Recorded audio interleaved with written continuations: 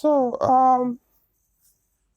hello everyone. So this is a paid video, um, paid by Mr. Ahmed, who lives here in Nigeria, to respond to some issues he is having with his Peugeot 307. So I'm going to read it and respond with. I will respond to it anyway. Okay, so it is good day, Lion King. How are you? How is the whatever? I'm Ahmed from the Lion Community House 3. I've been having serious issues with my Peugeot 307 1.6 liter engine. It's a TU5JP4. Uh, New model, tiger face, pan assembled. It will start one crank and run smoothly, idle smoothly. It didn't have bites. It stalls and drags when you accelerate, and those were the major symptoms. I've scanned and rescanned with PP2000, and it was said coil, that's ignition coil. I changed it and tested several, but to no avail. I've changed top cylinder gasket, as he meant cylinder head gasket. So I also changed fuel pump, motorized throttle body, oxygen sensor, spark plugs, checked the intake manifold. Even had to change the clutch disc and the plates at no lock. And there was some slight improvement. It gained some more power, but it still drags and stalls. My mechanic have checked the catalytic converter and the whole exhaust system to see whether it was blocked, and it's not. The last guy that scanned it, as the vehicle, concluded that it was the brain box that is faulty. Here, he's referring to the engine ECU. I don't know what next to do. I was advised that the only remedy now is to buy another type of brain box and the engine wire that its original own is difficult to get. What do I do now? It's so frustrating. Please, I need your take on this and advice. Thank you, Zillion, sir.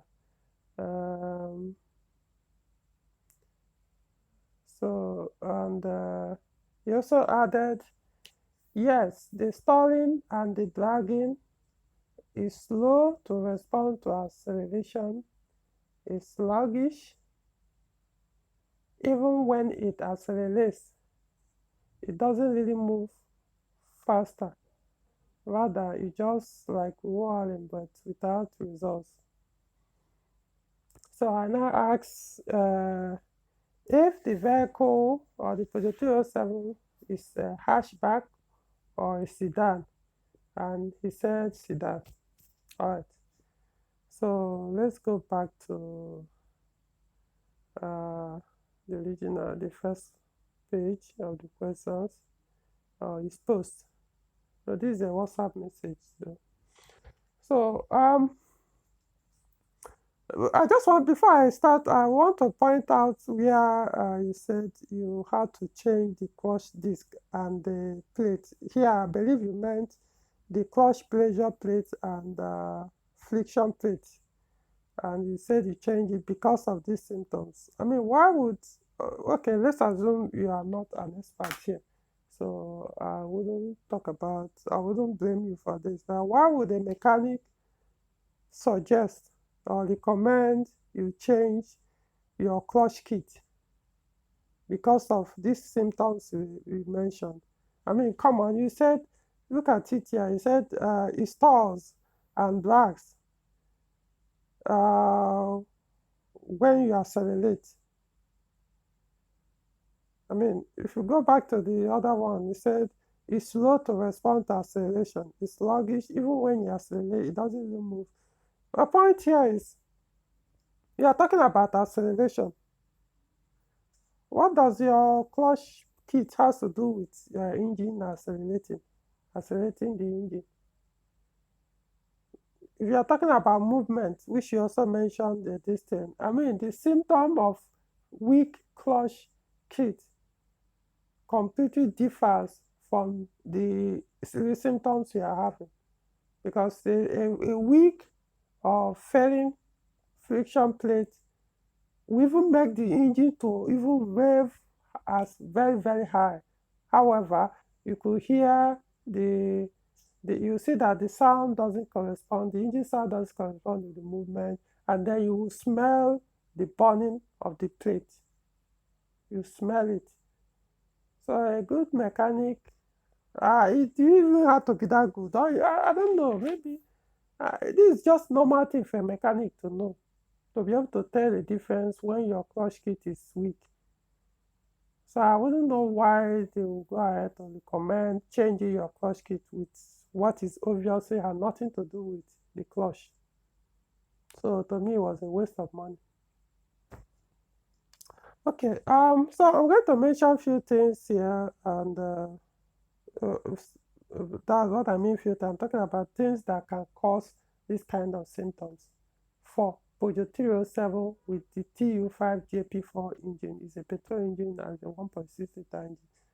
So as I'm mentioning those things that will cause that, then also pointing out how you can correct them if there are those the things that are causing them. In other words, I'm going to, so what I'm doing on this video is like elimination method, step by step, what to do next. Okay, now hold on, there's something I want to show you. Okay, now look at this component. It's called fuel catalyst box. So you find this in Peugeot 307. This is a catalyst box. Just know it's a fuel catalyst. Call it fuel catalyst box. Now this is attached on the front right side of the vehicle, under the front fender. What I mean right side, I mean when you are sitting inside the vehicle, behind the steering wheel, which side is your right hand and which side is your left hand. So for those in Nigeria that the driving position is left hand drive, so your right hand is the other side where the passenger sits. So that is your right side. So but when you go to the front of the engine and you are facing the engine, standing in front of the car facing the engine, your right side will now become your left. So go to that your right side of the vehicle when you are sitting inside the car facing the windscreen. Open the bonnet, not the bonnet, you don't necessarily need to touch the bonnet. It's under, this component is directly attached under the fender, front fender on the right side. It's covered with sort of a plastic. Looks like a mudguard, not necessarily a mudguard, but it's when you look at the tire, and on top of the above the tire, there's a plastic that covers that small chamber in between the fender and the tire. So you will remove that plastic covering under the fender. When you remove it, you will see this component. It's plastic. It's you see it. Once you see it, just watch this video, look at the shape, go there, you find it. So once you get there, you could see it could be in a different shape. I'm not saying this is exactly what it looks like, but it's similar. So yours might be a little bit different, but it's similar. So you find something like this there. So when you get there, you see, you can see these two openings. Then there's also another big opening where a sensor is plugged in, I think. Then yeah, So what I would recommend you do is pull out the hoses attached on these two plastic pipes on this box. Then also disconnect. You see a plug, a wiring connector, a wiring plug attached somewhere there. Disconnect it. If I'm correct, I think that's how it is for TU5JP4. Trying to remember. Disconnect these two hoses on these two openings you are seeing on the box. Then, if possible, also disconnect that wiring plug on it. Take it for a drive. If there's an improvement, now you know the problem is this box. This box works with purge canister valve. I think for that TU5JP4 and Peugeot 207, I think the purge canister valve is actually attached on this box. I think I'm trying to remember the system correctly where it's actually attached. I think it's somewhere on this box, you know. So what usually makes this part, of course, every part will eventually fail over time, but what kills it faster is Nigerians are very good at overfilling their fuel tank. When Peugeot said on the third click, when you are putting in fuel in your tank to the fuel station, you click the first time, when it clicks, the pump clicks, it stops running. The second time, you can continue, but on that third click, stop. Personally, me, the second click, I'm done. I don't even wait for that third click. So once you go beyond that third click, it means you are not going above the recommended size, the fuel tank, or recommended quantity of fuel the fuel tank should carry. So the next thing, it will mess up this system. So you see Nigeria, they keep pouring fuel, they keep pouring, they don't care. It is cutting, they keep pouring, they keep putting in until fuel will start flowing out of that fuel filler. That neck where you put in the nozzle to pour fuel, to put fuel in the tank. Once you are the type that does that type of thing all the time you go to fill up your fuel tank, you will be killing this thing. So you'll be having that problem. So it's possible when this thing fails or blocks or something like that, it gives this type of symptom you are mentioning. You keep having so many hesitation, low power, outside. In fact, one of the symptoms is even when the engine is idle, if you put on the AC, engine usually goes off, it stalls. Or when the engine is running, once you accelerate, when the car is not motion, it's not in motion, it's stationary. If you accelerate, as the car is deaccelerating, it will go off. That's one of the some symptoms this thing gives. And it also affects the movement of the car. It will be so look as if something is dragging the car backward. It could have other symptoms. I'm just telling you the obvious ones that I know. So when you disconnect this thing, take it for a drive. Once the issue seems to have gone on the test drive, then this is the issue.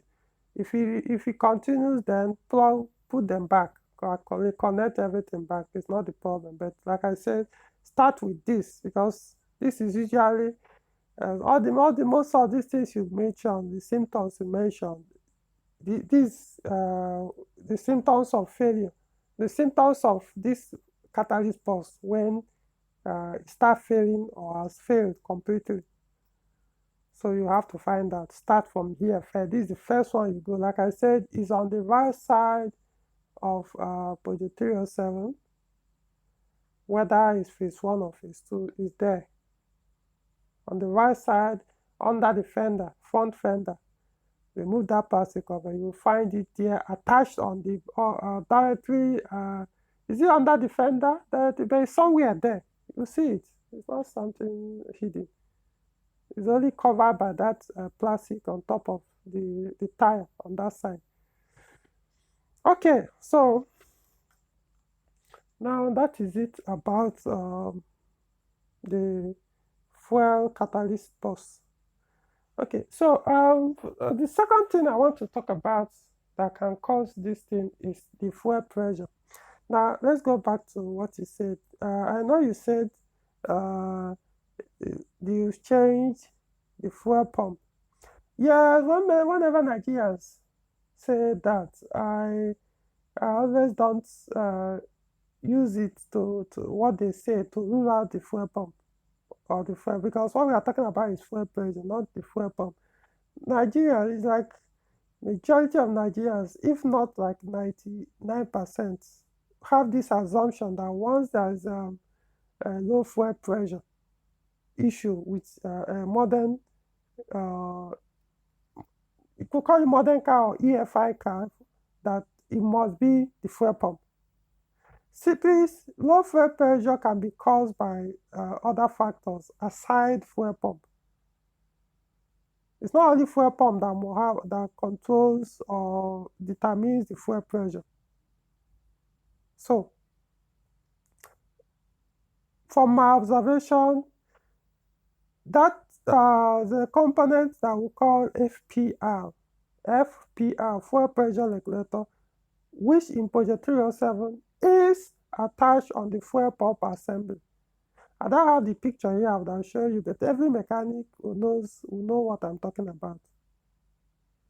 If you tell your mechanic, you understand. They call it, they don't call it FPR, some call it a valve. Oh, it's a valve anyway. So they usually know it as valve. Just tell them that valve attached on the fuel pump assembly or fuel pump case, which is inside the tank in Peugeot 307. For other project models like Peugeot 406, V6, it has one inside the fuel tank, fuel pump assembly in the tank, and then one attached on the engine. While some Peugeot 406 engine, like the AC engine, their own is not inside the tank, but on the engine. While EW engine, they don't have in on the engine, but they have in the tank. So, like I said, it all depends, but specifically I'm talking about Peugeot 307 petrol engines. All their FPR are inside the fuel tank. Though I can't remember that of I think even that of ES9J4S, I think is only in the tank, but I don't want to come. I can't confirm that, but at least it has in the tank.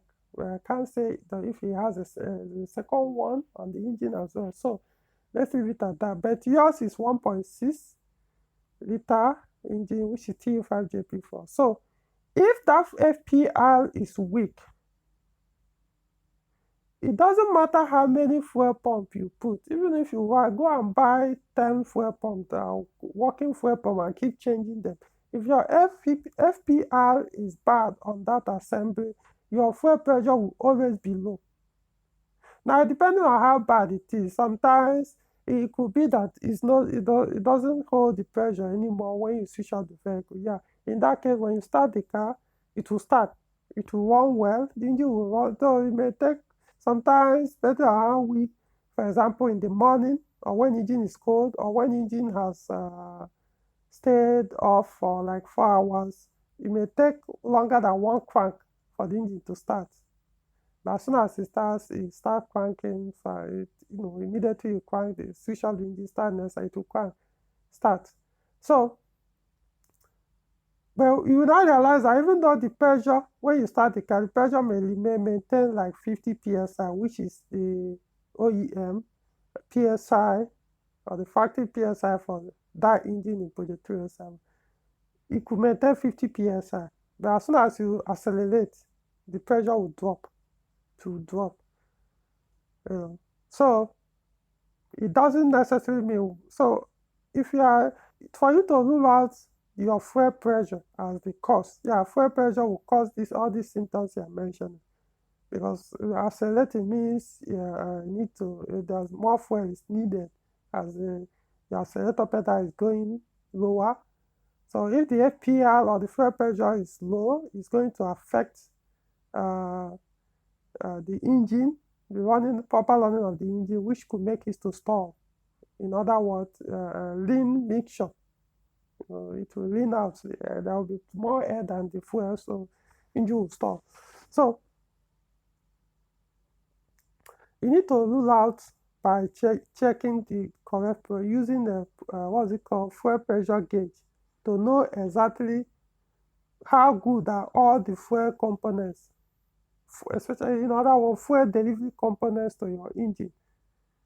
The fuel pump itself, the fuel pressure regulator, the fuel filter, and the fuel, not even, and the fuel pump assembly, and the fuel line. Your fuel pressure regulator will tell you if there's any problem with any of them. You will see it. It will tell you if the pump is the fault or the fuel pressure regulator is the bad or filter. In fact, the filter for a block fuel filter will behave like a weak fuel pump. But at least it will narrow it down for you. You could now start from the filter. If you continue, then you know your pump is bad. Likewise, the fuel pump assembly. The fuel pump assembly, because we Nigerians, we like changing only the pump rather than the entire assembly because of the cost and the rest, which is understandable.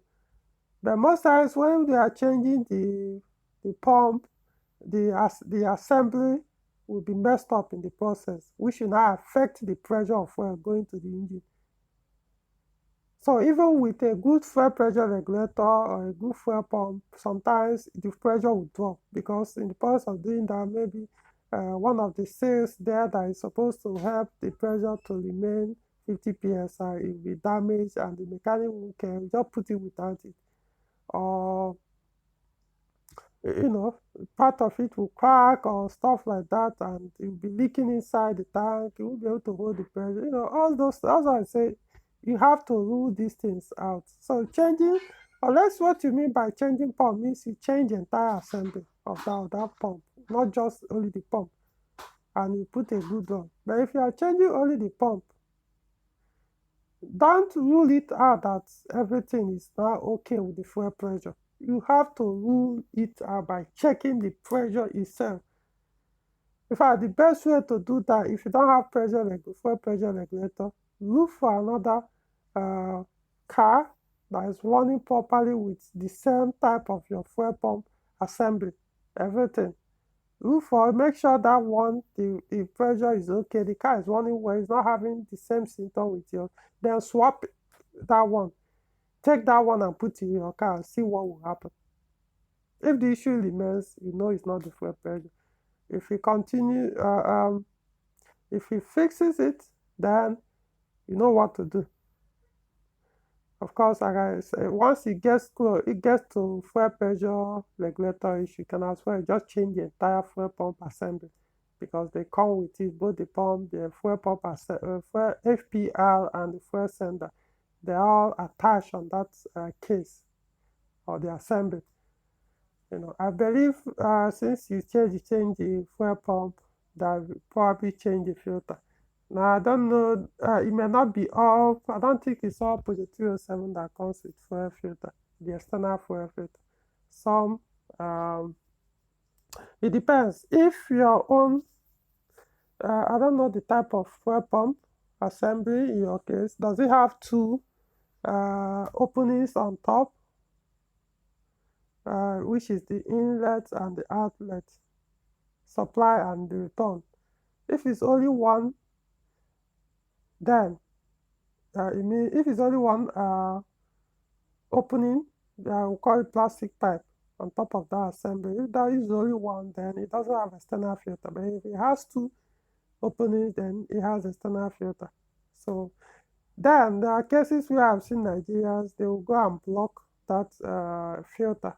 The second, the return, when the ones that come with two, they'll go and block it to increase the pressure. While some not necessarily blocking it, but maybe they did some work, they didn't know how to plug it back or connect the filter properly with the connector. The hose is there, it looks like a bracket. So if you don't do it well, it will affect the pressure of fuel that goes to the engine. So you have to rule those things out. I know you say you change the pump, but don't rule out the pump, because It didn't say you checked the fuel pressure, because the symptom you mentioned can also be caused by a low fuel pressure, which can be the pump, any all those other things I mentioned. Okay, now the third thing I'll mention as well is we're here. It said your mechanic checked the catalytic converter and the entire exhaust system. Now, catalytic converter can cause this issue you mentioned. So, since he has checked it, it means, of course, the mechanic must, if it's blocked, you probably would have known that's the issue. It would be very obvious. But this is one thing I'll tell you, okay? Peugeot 307 with TU5JP4 normally have a small drag issue, as in this is not like okay, this is more like a default. I won't call it a problem, but it could be for someone who likes speed or power. But it's like it's just there from day one. TU5JP4 in a Peugeot 307, you could be driving, then you slow down maybe to 30 or 40 kilometers per hour, and then you want to, increase the vehicle speed again. So probably you were parents assume you are on gear 3 or gear 4, and you now slow down to the point that you either move with gear 1, you continue, or increase the speed by downshifting to gear 1 or gear 2. When you put it on gear 2 and you now want to move up, you realize, you look as if the car is about to stall. As in, you look like as if the power is completely gone. You see the car, you will be struggling to be able to run until after a while the power comes back again. See, this is, if that, I don't know if, well, from what you're saying here, I'm not sure that is actually the issue, because you said it's stall. But if this is exactly what you're experiencing, then there's no problem with the vehicle. As far as it's Peugeot 307 with 1.6 TU5JP4, that is more like what, but okay, I would say majority of them that I've driven, they do this. They do this. Maybe there could be one or two that the owners have never experienced this. It's possible, but I'm saying majority that I've driven that don't have any fault or anything to compare. I know that these cars are in good state or in good conditions, but they do this. However, I know a Peugeot 307 with this engine, 1.6 liter TU5JP4, that also produced by Pan Nigeria, that a point the catalytic converter was removed, and I think for temporarily, the issue went away. I'm telling you, the issue went away. Even if I could say, okay, let's say my experience is, but it was like non-existent. It probably might still be there a little, but you hardly feel it anymore. The issue went away. Honestly, the car was just moving as if it had EW10J4 engine. That's the 2.0 liter engine. It was just very quick. At the point, I was like, wow. I mean, if TU5 engine is actually this, okay, I could use the word powerful. I mean, it makes more sense to actually go for it than the EW10J4. Because, man, it was moving. I'm not telling you what the owner said. I'm telling you what I experienced driving the car. Eventually, owner got, because the car, you know what, they removed the catalytic converter and the car become noisier. Just, once you start pushing the accelerator, the noise was very much noticeable, because it created the kind of whole sound on that cylinder where the comb, catalyst comb was removed. But man, if I were the owner of that car, I probably wouldn't bother putting that catalyst, but it was just quick. I honestly, I was enjoying it. Look, I'm somebody who is into power, and everybody knows that. But I was enjoying driving the car. To tell you, how good it felt that this engine can actually move this car that quick. So by immediately you put back the catalyst, it came back again. You drive. Once the car gains speed, nothing will be moving. But once you slow down very low that you need to move up again, you come back to 2, it will give you that as if you had you kind of will feel probably you made them you downshifted the wrong gear. It's supposed to be gear 1, which normal circumstances on other vehicles or with other engines, that's gear 2 you put it on was good enough. But on TU5JP4 in 307, it will struggle. It will struggle. You will feel it. It will look as if you press the accelerator, it looks like nothing is happening again. The car is no longer accelerating. Then after a while, it will pick up and then move. So this, I'm just like, I know this is not what the issue is, but I'm just pointing it out for you to just have an idea. So I hope that's not what you're saying, because this one is completely different. Like I said, once you start moving, it comes back, this and that, not as quick as with our catalytic converter, but I'm saying at least it moves normal. Okay, so that is it. So I believe your mechanic truly checked your catalyst and confirmed it was okay. All right, so. And I know some might be saying, oh, but if you remove it, your check engine light will stay on. Well, this test car that I just talked about was a Peugeot 307 with TU5JP4 engine, manufactured or produced by Pan, and it was removed. There was no check engine light. It got to a point I was surprised. I was like, okay, maybe it's showing intermittent faults. I put the scanner, PP2000, one that scan on the engine ECU. It didn't even show anything concerning downstream oxygen sensor or catalytic converter fault or anything. Now I know it's usually the ECU that depending on program that are some will no matter what, once you disconnect or remove catalytic, it will show be telling you it's faulty. But like I said, as far as the one produced by Pan is concerned, with that engine, this particular one did not show any fault concerning catalyst.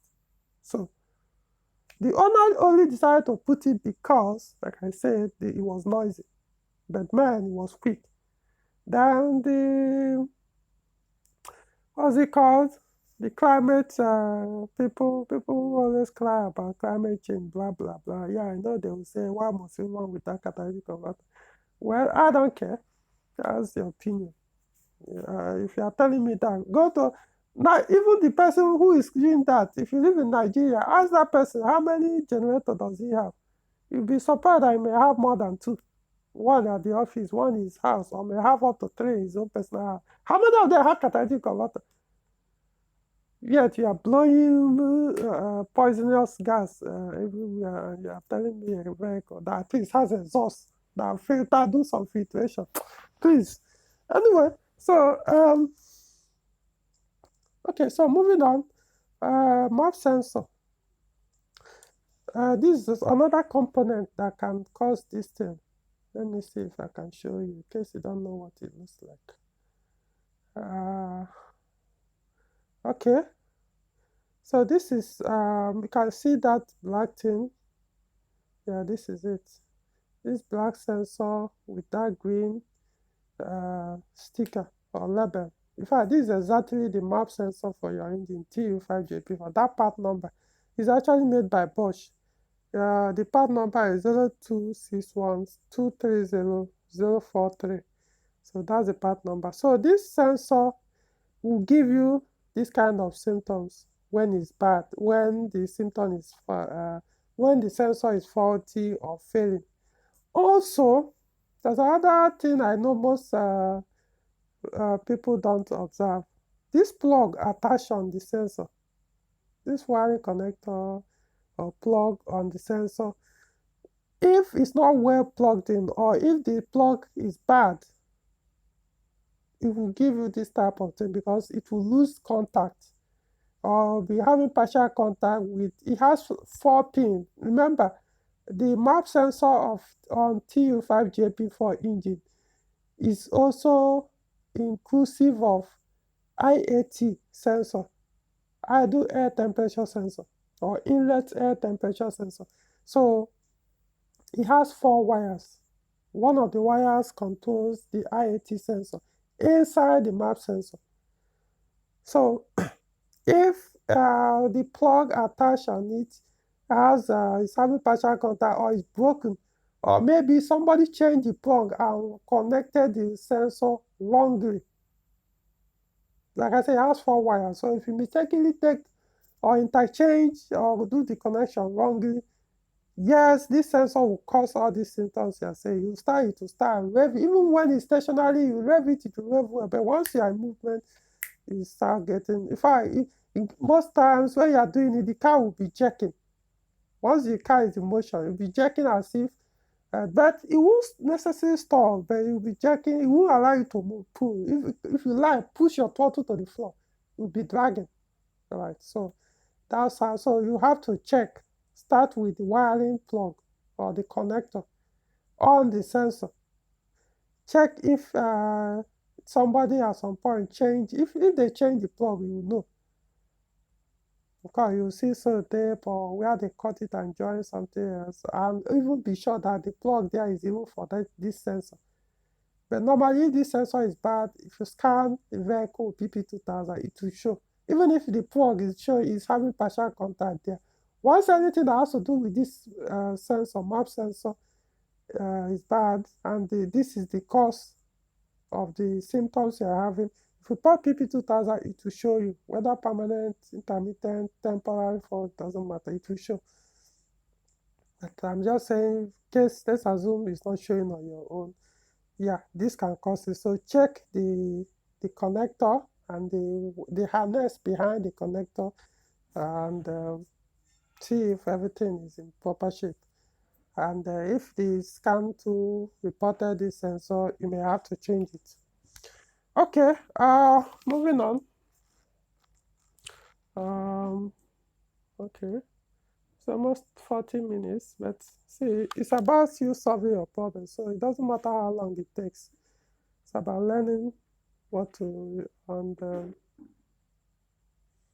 things to do to solve this problem. Okay, the stalling, the dragging, the total response acceleration, the sluggishness, it doesn't move as fast as the sound. In other words, say the movement doesn't correspond with the engine sound. The engine is just there making noise, but it doesn't move as good as it's supposed to. Now, if it's your clutch pressure plate, what will happen is, in that case, the sound will be too loud, but it will correspond to the vehicle speed. However, when you look at your RPM, your tachometer, you will see it won't just be the sound anymore. You see your RPM shooting up.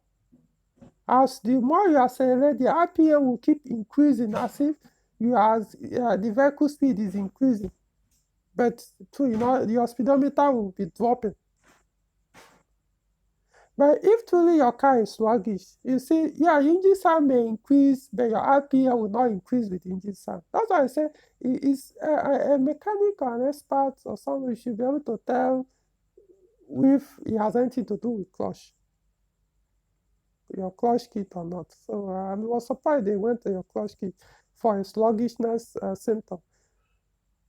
So if your tachometer, your RPM on the tachometer is not reporting that truly your engine speed is increasing while your vehicle speed is not increasing with the engine speed, then there's nothing wrong with your clutch. Okay, so what I wanted to mention is all the sluggishness, doesn't move, the sound. Nobody knows. Well, I don't know the condition of the engine wiring harness. Let me start from there. Because no matter what happens, it will always come to that. It has to be ruled out. Nobody knows the condition of the engine wiring, because if there is an abuse on that wiring harness, it's going to mess up. The engine ECU will never control the engine properly. I'm talking about what Nigeria has called brain box. So the ECU will not control the vehicle well. So you'll be having all kinds of issues. Stalling, low hesitation, hiccup, name it. I mean, so many things, So, how good is the engine wiring harness? I'm talking about the wiring on your the wires on your engine. Are there any cut and join? The plugs mismatch, interchange? So all these things, it's not something I can answer from here. It's something, if let's assume the vehicle is before me, I'm looking at it physically, then I can say, do my inspection and say, okay. There's nothing wrong with your engine wiring harness. Which now also comes to the engine ECU. Or could it be that the abuse on engine wiring harness has virtually affected the engine ECU? That's if there was an abuse. If let's assume somebody abused the engine wiring harness and later on will change it and put a correct one, or later on corrected the abuse and restored it to factory wiring connection. But it's possible that it has already, the earlier one connection has affected the engine ECU already. So the engine ECU will always be reacting to the old abuse done to it. So what's the condition of your engine ECU? The result of the scan report will most times tell you if truly your engine ECU is the cause of all this or contributing to all these things. I don't know. It didn't state what the scan reports were. There has to be something the vehicle was reporting having all these issues. It didn't mention, except what personally I prefer. The screen, you snap it, I will look at it, interpret it myself, whatever fault the ECU reported or stored or saved, I will interpret it myself. So I'll be able to tell you, yes, your ECU has a problem or it doesn't.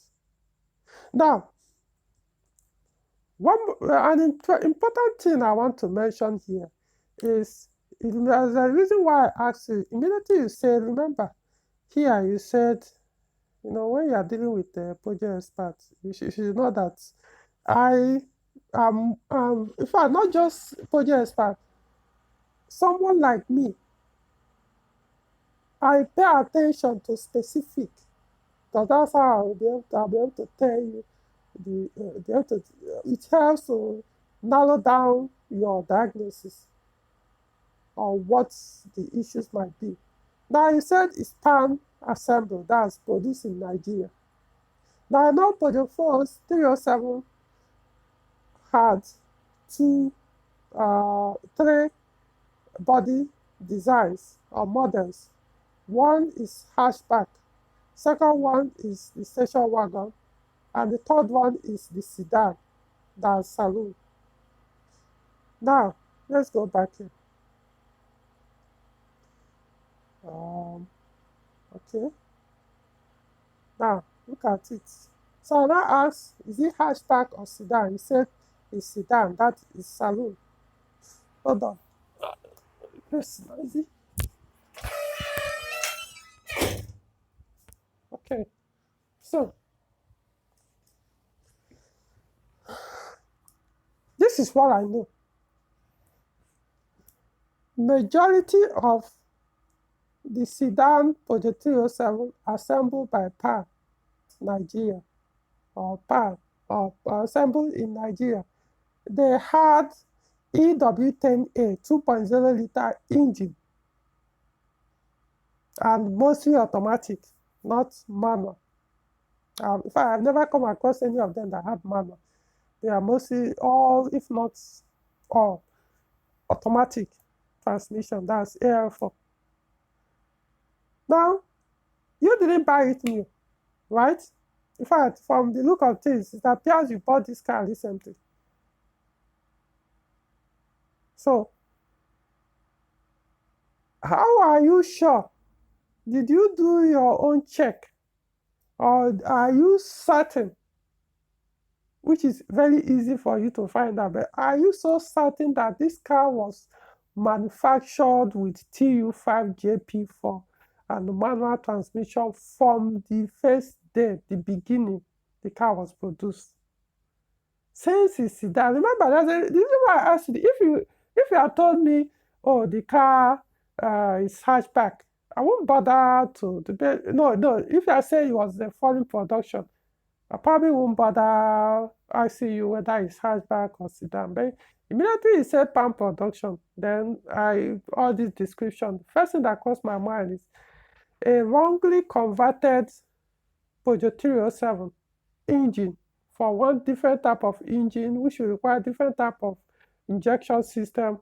A wrongly converted one will give you this kind of issues. So that was why I was like, is it even a sedan? When you now say sedan, I was like, since most of them, there are some with TU5JP4 manual and TU5JP4 automatic. Yes, sedan. I know that for sure. But what if this one is was originally what's it called, 2.0 liter engine petrol and automatic as well, and now converted to manual, because I know how much Nigerians hate that EW10A engine. So it's possible the previous user have converted it, or it's possible that the car actually came with TU5JP4 engine and manual, or probably wasn't manual before it was converted to automatic.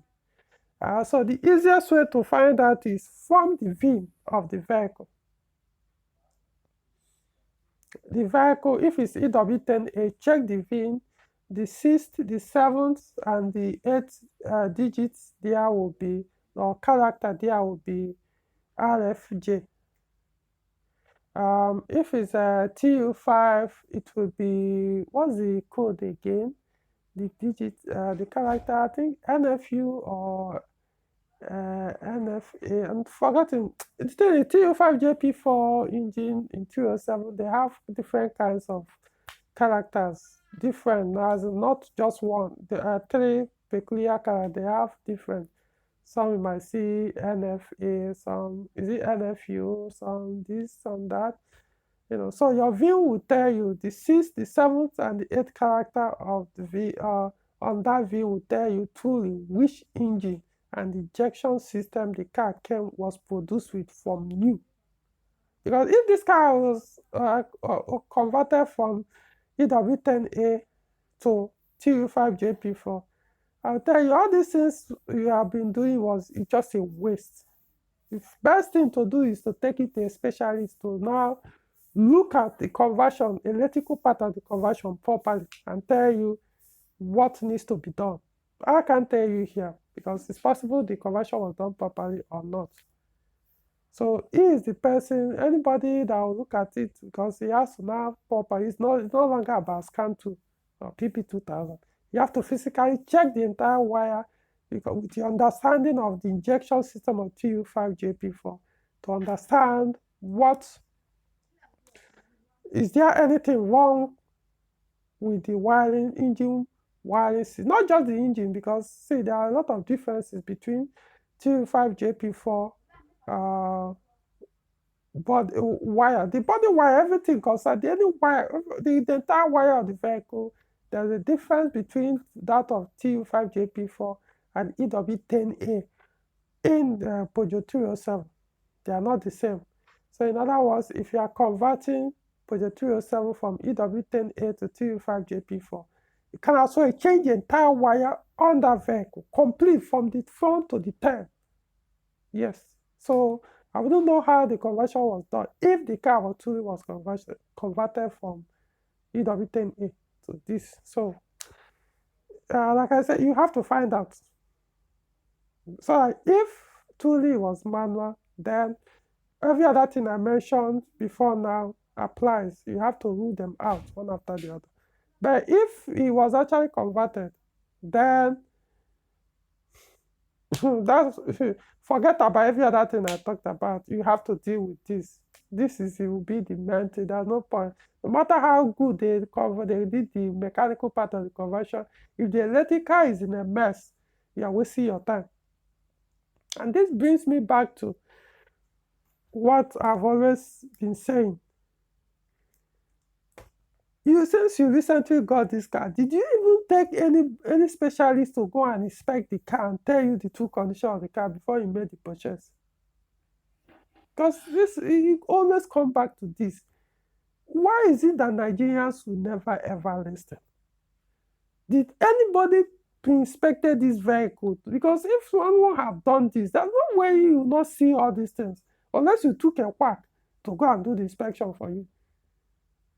If somebody has inspected the car, he would have seen the headache or nightmares await anybody that will buy the car. It's not that it can't be fixed. It might even be a minor issue, but you'll be able to see it and say, if you're not ready, walk away. But people, I don't know, because the car is very cheap, the next thing they will just rush, as long as the engine will start, or as long as your mechanic says there's nothing wrong. Your local mechanic, what does he know? Your local mechanic can only know about the mechanical parts. These cars are electrically controlled, so what does he know about it? Now you go and rush and buy, now your nightmare have started. That's the thing. In your case, it will serve as an example to other people, but would they even listen? It just like talking to a rock or pouring water in a rock. You always, that's why I don't bother anymore. Honestly, let people do and have experience these things firsthand. Hopefully, they will learn from it. Maybe it's not the case here, or maybe it was totally inspected, but or I don't know but it all appears you didn't have this car, or you just got it recently, and this issue now started. So if that is the case, honestly, you caused this. I don't think two ways about it. It's better you admit it so that you'll be able to come out of it.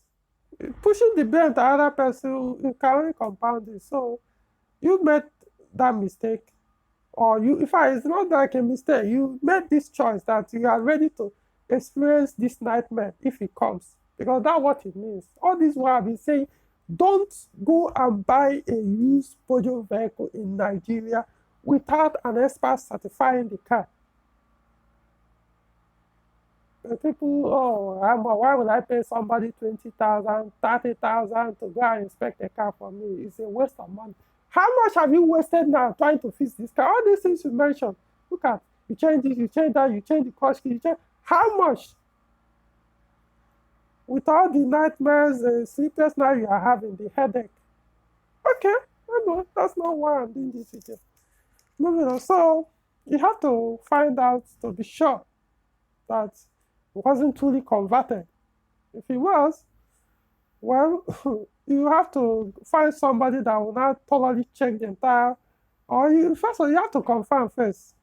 So that if the car truly was produced with that engine and that transmission, okay, at least you know, okay, there was no conversion done, but probably there was an abuse on the vehicle by the previous owner or previous owners before it got to you. So all you need now is find somebody that can reverse all those abuses and focus mostly on the electrical.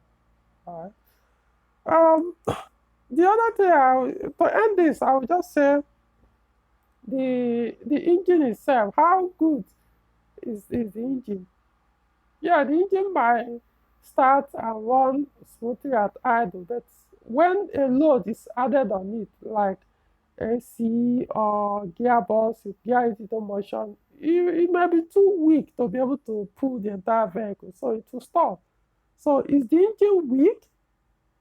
I'm not saying so. It's not just about the accessories on the engine or the engine management But the engine itself, is it good? How can you truly say that this engine is in top shape? Did you do engine cylinder compression test to confirm how good the cylinders are? Maybe your engine is good. I'm not saying, but I said you have to. Did you know? Can you say you can rule it out yourself that the engine is in top shape? Was this issue there when you got this car, or the issue didn't wasn't showing at all? Then at some point, it's not sudden. All these things will now tell you, okay, maybe this has been a severe abuse that was done on the car long before now that is now affecting the car, or I don't know, honestly. So if truly your engine is in good state, then it's electrically, the causes are mostly, if I would say electrical, that was affecting your engine to react that way. A spark plug can do that. Well, I don't think it's spark plug. Yeah, if the electro gap is too low, is too high or too small, yeah, it could do that. For TU5JP4, the factory electrode gap for the spark plug is 0.90 mm. 0.90 mm. So make sure you got it. I know you mentioned you change the spark plugs. Look at it, say plugs. So you're referring to spark plugs. So then make sure it's gapped. Normally, if you buy OEM, I'm talking about OEM, that's that Bosch that they recommended for it. What's the number again? F960. Is it F3? F960 F3. I think F3. Forgotten. So if that is the part number you purchase, is a Bosch spark plug. If that's the one you purchase, but there are fake ones in the market. So let me bet. If truly the one you buy is original, that OEM, you don't need to bother to check the. You can check, but they do come with that 0.90 mm. So they're already factory capped. So in that case, I wouldn't bother with that. But if it's all these fake ones, they do go. Sometimes they go out of the factory gap. Some will lead 1 mm, some 0.70, some 0.80.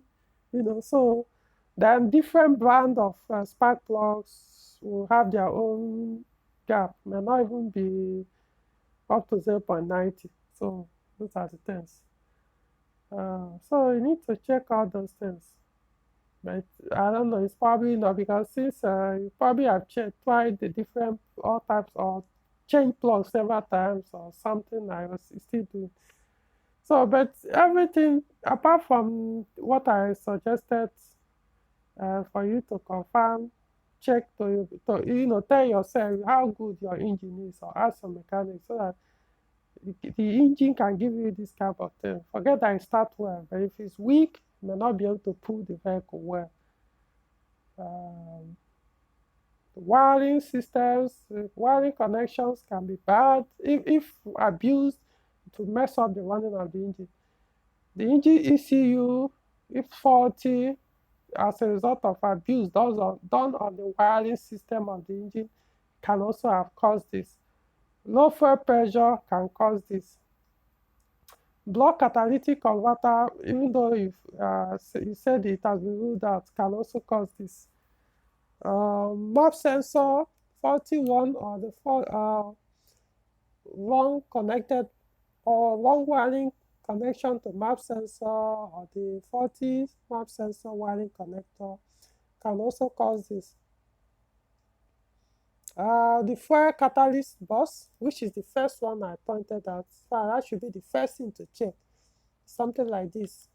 I'll explain where the location is. Can also cause this. So in fact, this should be the first thing to do first. Go and confirm. Like I said, disconnect it, run the car without it, see how it's going to behave. If it's blocked, yeah, the car will be freer to move. All those symptoms will go away. So you have to do the rest and follow all these steps I mentioned. I know this video is very long, but it's for your own good. Watch it, save it, download, do whatever. take the steps I mentioned, things I mentioned, talk to your mechanic, rule them out one after the other. The fault is within all these things I mentioned. It's within, don't even bother. Even though I'm not there before the car to know, I mean, I'm not seeing everything, I'm not seeing anything anyway. So there could be something that could be very obvious that if I were there, I would like that probably is not part of one of the things I mentioned here. That once I see, I will say. But on normal circumstances, all these things I mentioned, the symptoms your car is giving you is among these things. The culprit, the fault, the cause is among all these things I mentioned. So it's up to you to now rule them out, and then you get it. You don't have to keep spending money anymore. Like you see, all these things I mentioned, you realize that you don't even need to spend a kobo or buy anything. Even your fuel pump, I mentioned about borrowing from another car you know that is working well. You just run a test. You swap it complete. Not only, don't remove the pump from the assembly, just swap.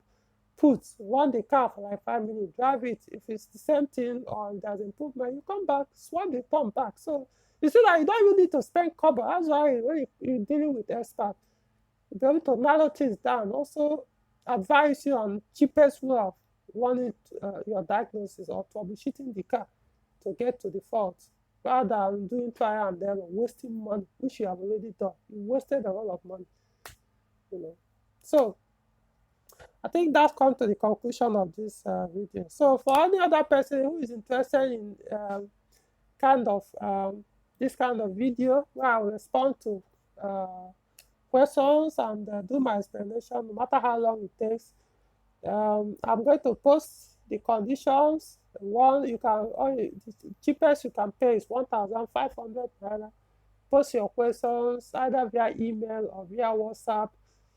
I'll take my time, explain everything to the best of my knowledge as someone who has been in this auto industry, specifically Peugeot, in repairs, technically.